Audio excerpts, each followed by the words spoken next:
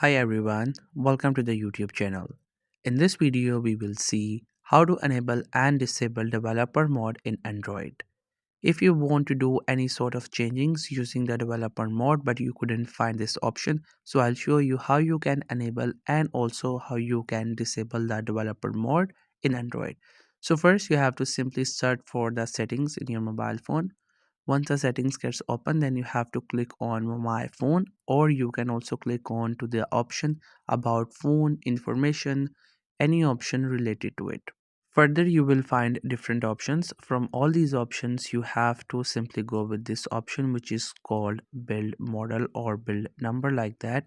You have to keep tapping onto this option. And if you tap after like 6 to 7 times, it will ask you for your password. Once you enter your password, you will have to go to the option system.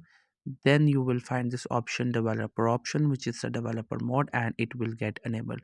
And once if you want to disable it, you will see the option of for the toggle off. You have to simply do it from there, and after that the developer mode option will get turned off.